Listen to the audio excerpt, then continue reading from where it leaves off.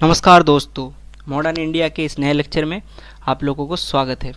आज हम डिस्कस करेंगे कार्नेटिक की लड़ाई के बारे में। ये वाला वीडियो दो पार्ट में आएगा। पहला पार्ट में हम पार्ट 1 और पार्ट 2 डिस्कस करेंगे कार्नेटिक का लड़ाई का, और दूसरे पार्ट में हम पार्ट 3 डिस्कस करेंगे। ठीक है, तो पहले कुछ बैकग्राउंड हम जान लेते हैं। देखिए, 16th सेंचुरी से जितने भी यूरोपियन ट्रेडिंग कंपनी इंडिया में आए थे, इनके बीच आपस में एक ट्रेड वॉर चल रहा था। बट आगे जाकर 17th सेंचुरी में पोर्तुगीज और Dutch east India company eliminate हो जाएगा। सिर्फ इस कंपटीशन में कौन बना रहेगा? ब्रिटिश और फ्रेंच ईस्ट इंडिया कंपनी बने रहेगा। हम मैप देख लेते हैं, कौन सा रीजन का हम कार्नेटिक कर रहे हैं। देखिए, मैप में ये वाला हिस्से को ब्रिटिश ने पहले कार्नेटिक कहते थे। तो देखिए, तमिलनाडु और साउथ आंध्र प्रदेश के इस तटीय हिस्से को ब्रिटिश पहले कार्नेटिक कहते थे। तो यहाँ पर ब्रिटिश का दो सेटलमेंट था। एक सेटलमेंट गया था यहाँ पे, एक सेटलमेंट यहाँ पे था मद्रास, और दूसरा एक सेटलमेंट यहाँ पे था, उसका नाम था कुडेलोर था दूसरा सेटलमेंट का नाम। और फ्रांस का भी यहाँ पे दो सेटलमेंट था। एक सेटलमेंट का नाम था यहाँ पे क्या? पौंडीचेरी। दूसरा एक सेटलमेंट था, उसका नाम क्या था यहाँ पे? कराईकल।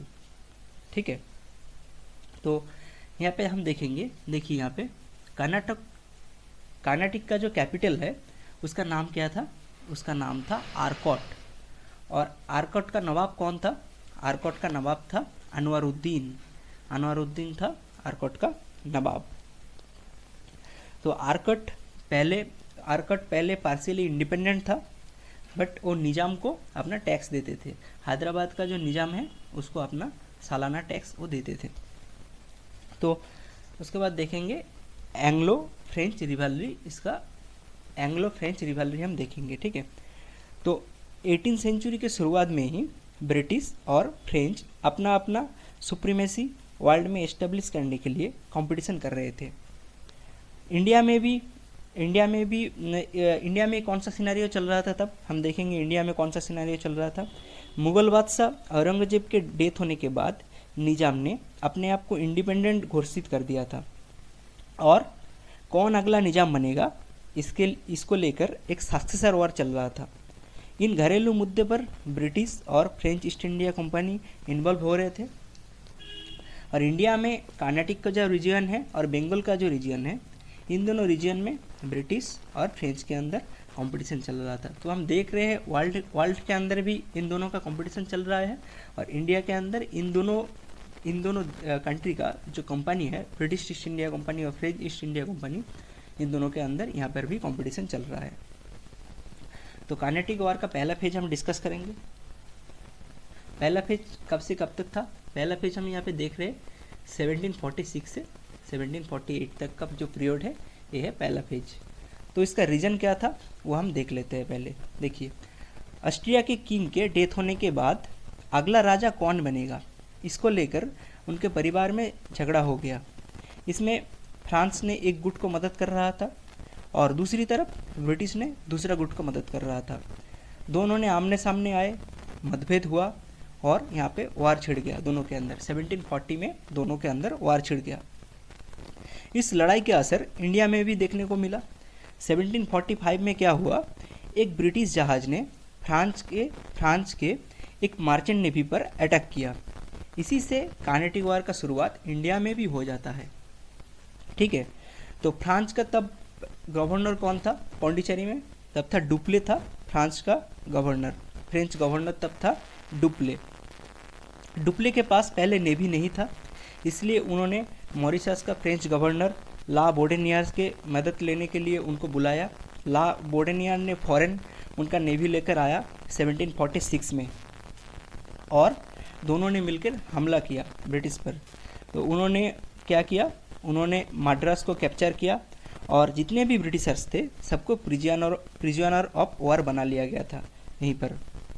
तो ब्रिटिश ने जाकर अनवरुद्दीन से मदद मांगा तब, और जो फ्रांस ईस्ट इंडिया कंपनी थे, किससे जाकर मदद मांगा? वो चंदा साहब से जाकर मदद मांगा। यहाँ पे चंदा साहब और अनवरुद्दीन कौन थे? ये दोनों ब्रदर इन लॉ थे।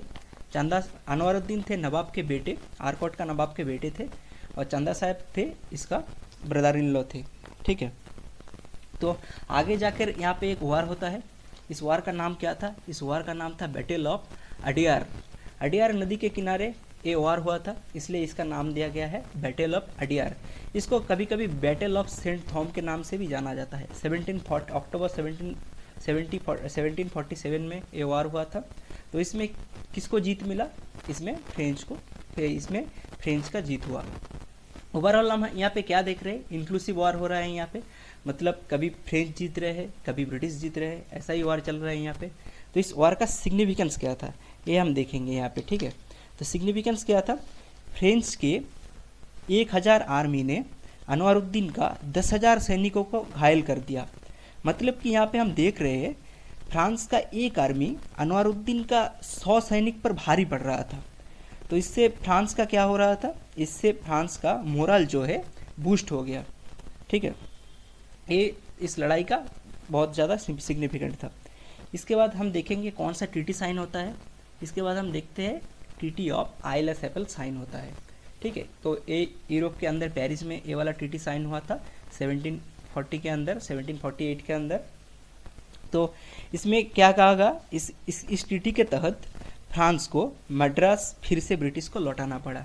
मतलब जो मद्रास फ्रांस ने कैप्चर कर लिया था, फिर से वो ब्रिटिश को लौटाना पड़ रहा था इस ट्रीटी के तहत। फिर हम देखेंगे कार्नेटिक वार 2। ये कहाँ से कौन सा पीरियड तक चलता है, कहाँ से कहाँ तक होता है? देखिए 1749 से 54 तक होता है। तो इसका रीजन क्या था हम पहले डिस्कस करेंगे। इसका रीजन पूरा इंटरनल पॉलिटिक्स था। इसका मेन रीजन था इंटरनल पॉलिटिक्स। हैदराबाद का कौन निजाम बनेगा, ठीक है, और आरकट का कौन नवाब बनेगा, इसको ही लेकर इंटरनल पॉलिटिक्स चल रहा था। इस घरेलू मुद्दे पे ब्रिटिश और French east India company involve हो रहा था। हैदराबाद के नवाब निजाम आसफ झां के डेथ के बाद, हैदराबाद के पहले निजाम कौन थे? हैदराबाद के पहले निजाम थे आसफ झां। उनके मरने के बाद उनका बेटा नासिर जंग को अगला निजाम बनाया गया था। इससे कौन खुश नहीं थे? इससे मुजफ्फर जंग खुश नहीं थे। मुजफ्फर जंग कौन था? मुजफ्फर जंग था नासिर जंग का नेफ्यू था। उसके बाद हम देखते हैं आरकट में क्या होता है।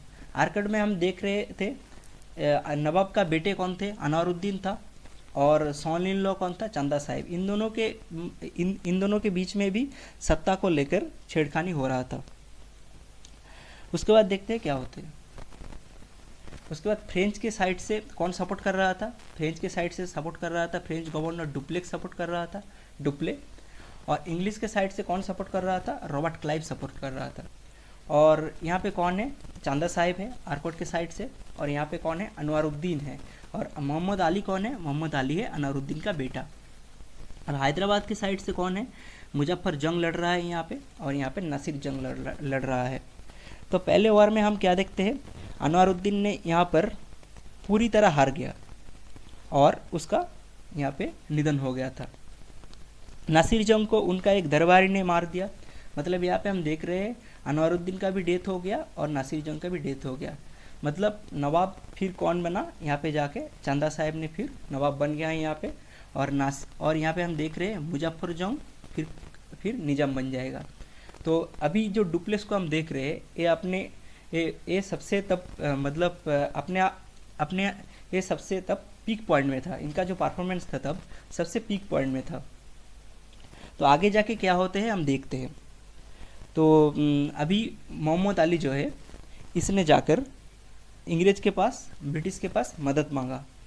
तब रॉबर्ट क्लाइव ने एक डेयरिंग अटैक किया आरकोट के ऊपर, और 50 दिन तक आरकोट का किले को चंदा साहिब और मुजफ्फर जंग से बचाए रखा था। तो इनका चर्चा सारा यूरोप में तब हो रहा था और बहुत सारा प्रशंसा भी हो रहा था रॉबर्ट क्लाइव का तब। तो फ्रेंच भी तब हार रहे थे। फ्रेंच कहाँ पर हार रहे थे? फ्रेंच भी तब हार रहे थे। फ्रेंच तब त्रिचिरापल्ली में हार रहे थे, और जो कावेरी पक्कम है यहाँ पे भी हार रहे थे। सब जगह में फ्रेंच भी तब हार रहे थे।